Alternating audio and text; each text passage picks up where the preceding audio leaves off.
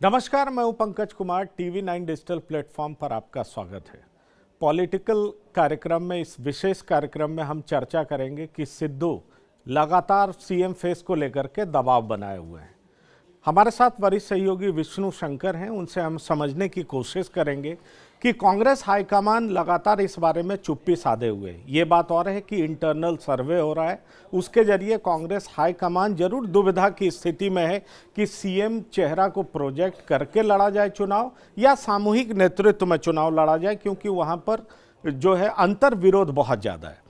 तो आप क्या समझते हैं कि जिस तरह से सिद्धू लगातार इस बात को लेकर के मुखर हैं कि एक नेतृत्व में चुनाव लड़ा जाए, मतलब सीएम फेस को आगे रखा जाए? पंकज जी, असल में कांग्रेस को अभी समझ में नहीं आ रहा है कि उसके लिए आगे का रास्ता कैसा है। रणजीत सिंह सुरजेवाला कह चुके हैं कि सामूहिक नेतृत्व से चुनाव लड़ा जाएगा, जिसमें चन्नी होंगे, सिद्धू होंगे और सुनील जाखड़ भी होंगे। लेकिन जब से भगवंत मान को आम आदमी पार्टी ने सीएम फेस घोषित किया अपनी पार्टी का, तब से पहली तो बात तो ये कि इसकी बड़ी तारीफ हुई कि बड़ा जनतांत्रिक तरीका लिया आपने अपना सीएम फेस चुनने के लिए, और उसके बाद उसकी जो गूंज सुनाई दी पंजाब में, उससे भी लगा कि हाँ, ये जो आपका मूव था ये अच्छा मूव था। तो इसलिए कांग्रेस दबाव में थी कि क्या करना है। और आपने सही बताया, इंटरनल सर्वे हो रहा है, जिसमें दो चीज़ें वो पता लगा रहे हैं कि एक तो ये कि भगवंत मान की घोषणा के बाद क्या असर पड़ा है आपके चुनाव जीतने के चांसेस पर, और दूसरा ये कि कांग्रेस को सीएम फेस घोषित करना चाहिए या नहीं, और करना चाहिए तो किसे करना चाहिए। इन दोनों बातों पर अभी सर्वे हो रहा है। नहीं, ये सर्वे तो हो रहा है, लेकिन सिद्धू लगातार बयान देकर के एक दबाव डालने की कोशिश कर रहे हैं। और इंटरेस्टिंग बात यह है कि वो इस बात का उल्लेख करना नहीं भूलते कि पंजाब मॉडल जिसके वो प्रणेता अपने आप को बताते हैं कि पंजाब मॉडल लागू किया जाएगा, और साथ ही साथ जनता के सामने ये क्लैरिटी होगा कि उसका मुख्यमंत्री कौन होने जा रहा है। तो इस बार कांग्रेस 70 सीटें जीतेगी।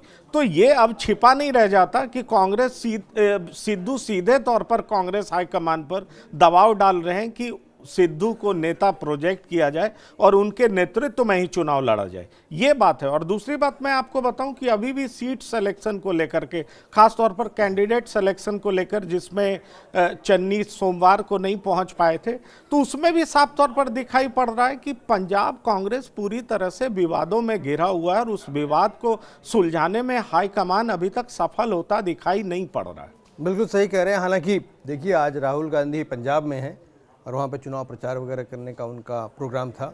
आप सही कह रहे हैं कि वो सिद्धू लगातार हाईकमान पर अपनी पार्टी के दबाव बनाने की कोशिश कर रहे हैं।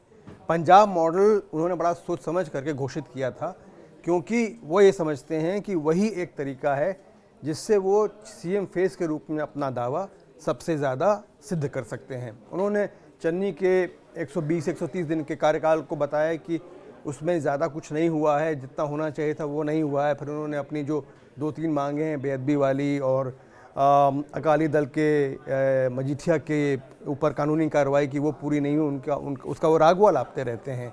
तो उनकी फिलॉसफी सिर्फ इतनी सी है कि अगर कांग्रेस को पंजाब का चुनाव जीतना है तो एक सीएम फेस होना ज़रूरी है, जो कि वही हो सकते हैं।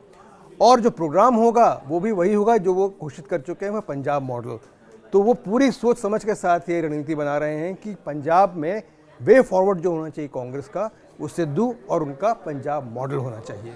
हाँ, क्योंकि अगर आप ईडी का रेड पड़ा, उसके बाद जब सिद्धू से पूछा गया कि जो सेंट्रल गवर्नमेंट कार्रवाई कर रही है उसको आप किस तरीके से देखते हैं, खास तौर पर जो ये ईडी का रेड है, तो उन्होंने ये कह दिया कि कानून को अपना काम करना चाहिए। मतलब अपनी पार्टी के जो नेता हैं वहाँ पर, जो सीएम है, मुख्यमंत्री हैं, उनके साथ वो खड़े दिखाई नहीं दिए। तो ये साफ तौर पर बताता है कि किस तरह से चन्नी के विरोध में वो खुलकर उतर आए हैं, जबकि कांग्रेस हाईकमान के सामने दुविधा है कि वो चन्नी के नेतृत्व में चुनाव लड़े या सिद्धू के नेतृत्व में चुनाव लड़े। और एक नाम और आता है, वो सुनील जाखड़, उनका नाम भी आता है। तो किसके नेतृत्व में चुनाव लड़े?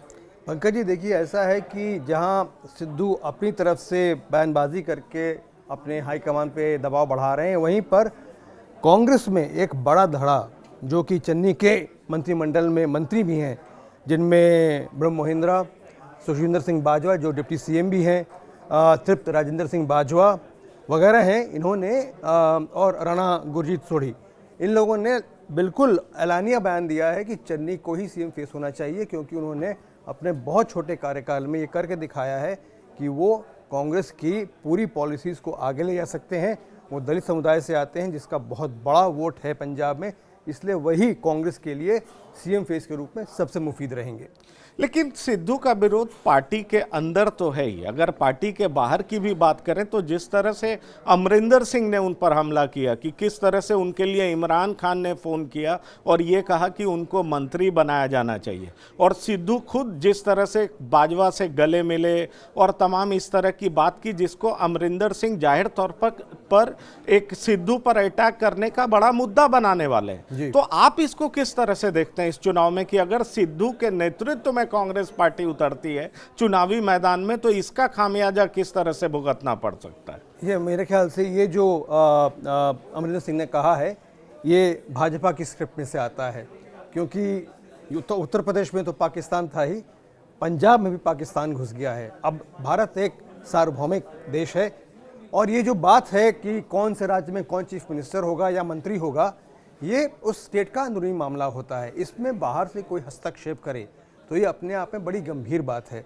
और आपको मालूम ही है, अमरिंदर सिंह लगातार कहते रहे हैं कि जिस तरीके से पाकिस्तान जा कर के सिद्धू ने व्यवहार किया था, सेनाध्यक्ष बाजवा के गले मिले और इमरान खान को अपना यार बताया, इस तरह की बातें, तो उनकी जो लॉयल्टी है देश के प्रति वो संदिग्ध है, ऐसा अमरिंदर सिंह का मानना है। अमरिंदर सिंह ये कहते हैं कि अगर वो इस तरह की बातें करते हैं तो इसलिए क्योंकि वो चाहते हैं कि भारत और पाकिस्तान के बीच में दोस्ताना संबंध कायम हो। तो उनके अपना विचार है, अमरिंदर सिंह का अपना विचार है। अमरिंदर सिंह जाने जाते हैं अपने राष्ट्रीय विचारों के लिए, राष्ट्रीय हितों की रक्षा के लिए जो नेता खड़े होते हैं उनमें अमरिंदर सिंह का नाम आता है। वो भारतीय सेना में कप्तान भी रह चुके हैं। तो इसलिए अब जो है, न सिर्फ वो सिद्धू की विश्वसनीयता पर सवाल उठा रहे हैं, वो ये भी दिखा रहे हैं कि सीमा पार उनकी दोस्ती है, जो कि पंजाब के लिए घातक हो सकता है। मेरा अंतिम सवाल आपसे होगा विष्णु जी, कि जिस तरह पहले सिद्धू अमरिंदर से लड़े, अमरिंदर सिंह से लड़ने के बाद उन्हें अध्यक्ष नियुक्त किया गया, उसके बाद चन्नी सीएम बने, अब चन्नी के खिलाफ दिखाई पड़ रहे हैं, और कई बार उनके बयान से ऐसा लगता है कि वो हाई कमान को भी चैलेंज कर रहे हैं। तो आपको क्या लग रहा है कि क्या जो ये सिद्धू के जिस तरह के बयान हैं, जिस तरह से उनके हरकत हैं, क्या वो अपनी पार्टी के लिए ही सिरदर्द बनते दिखाई पड़ रहे हैं?